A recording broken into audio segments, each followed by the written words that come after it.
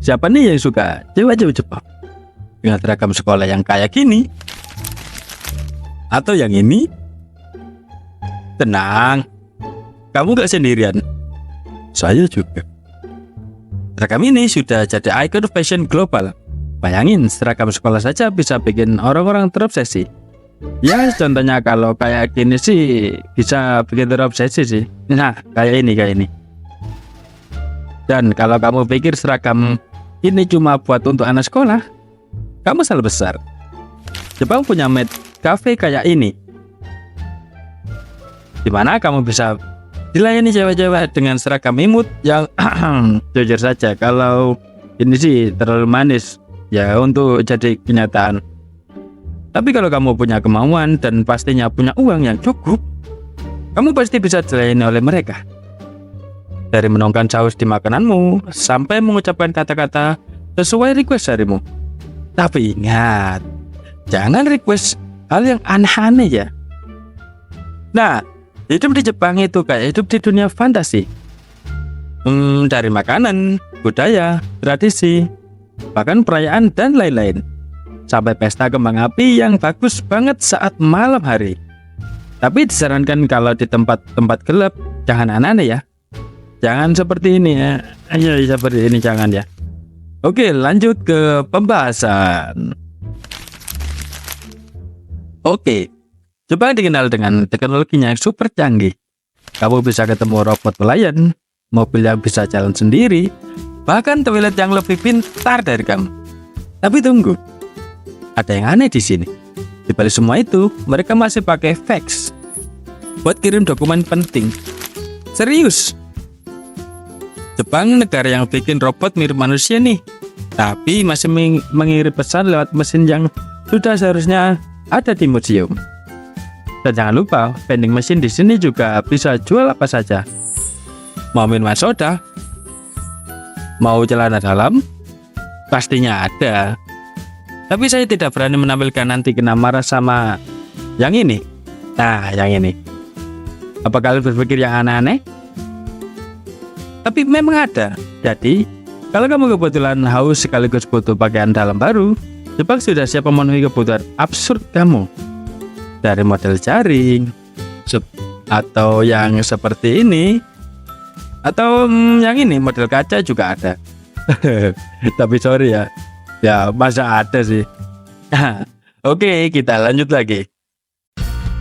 Transportasi di Jepang memang juara, dan kalian bisa ngebut sampai 320 km per jam loh. Lebih cepat dari kamu menghapus chat mantan. Tapi kalau chatnya seperti ini, jangan dihapus ya. Ya seperti ini. Selamat, Anda sekarang menjadi seorang ayah. Lanjut. Nah, lucunya di negara dengan kereta tercepat ini, kamu masih bisa ngabisin setengah hidup kamu di antrian kereta pas saat jam sibuk. Sensasi berdiri selama 2 jam di kereta pun sesak sambil nempel dikit ya orang asing. Ya, untung saja tidak bau saja. Dan itu sih pengalaman yang nggak bakal kamu dapat di tempat lain. Fun fact, jika kamu terlambat 30 detik saja, bye-bye kereta. Tapi tenang, kalau kamu cukup sabar, mungkin kamu bisa duduk di kereta berikutnya atau yang setelahnya. Mungkin untuk orang Jepang sudah biasa, tapi untuk kita orang Indonesia, mungkin sudah bergumam sendiri karena capek berdiri atau bergumam karena terlambat naik kereta. Oke, lanjut bre. Nah, Jepang juga terkenal dengan budaya kerja kerasnya.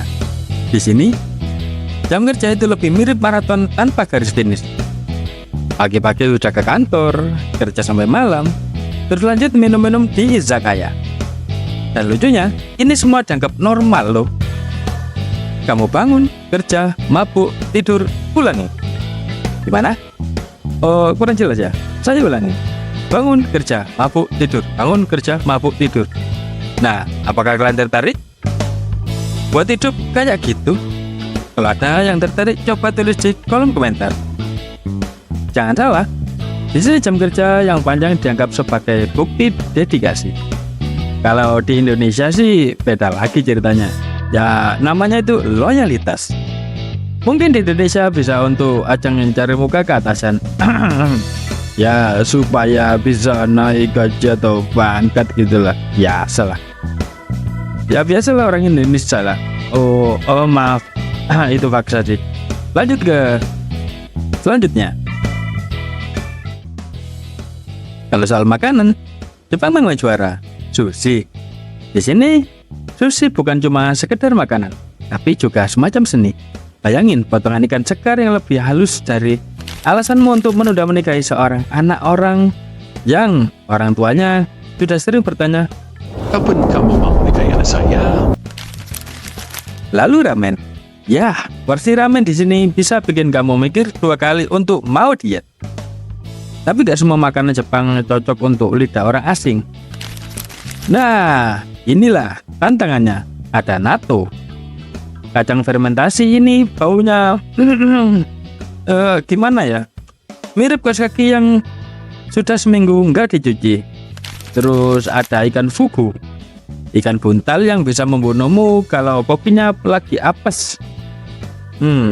Siapa sih yang kepikiran buat makan ikan beracun? Kalau kamu pengen ngerasain sensasi makan sambil taruhan nyawa, fugu adalah pilihan yang tepat. Seru kan? Makan di Jepang yang satu ini kayak main game antara nikmat atau mati. Nah, kita lanjut nih Sobat Fix Me. Ini nih yang kalian tunggu-tunggu, yaitu hiburan di Jepang. Apalagi kalau hiburan malam ya kan. Jepang gak pernah kehabisan cara buat bikin kamu tercengang. Dari anime, manga, cosplay, semua ada di sini. Tante, anaknya nonton bokep, tante. Nonton bokep anaknya, tante. Tempat yang paling pas untuk menikmati semua ini, ya jelas, Akihabara, distrik otaku nomor 1. Di sini, kamu bisa nonton anime terbaru, beli figur karakter kesayangan, atau ketemu orang dewasa yang masih pakai kostum Pikachu dengan sangat serius memerankannya. Bicara soal hiburan dewasa, di sini kamu bisa menemukan host dan hostess klub yang bisa bikin kamu ngerasa jadi raja atau ratu. Tentu dengan harga yang bisa bikin kamu mikir, kenapa sih nggak beli mobil sekalian? Tapi kalau kamu merasa bosan dengan hiburan standar, Jepang selalu punya opsi yang lebih berani. Singkatnya, Jepang adalah surga buat mereka yang suka petualangan, baik di dunia nyata maupun di dunia fantasi.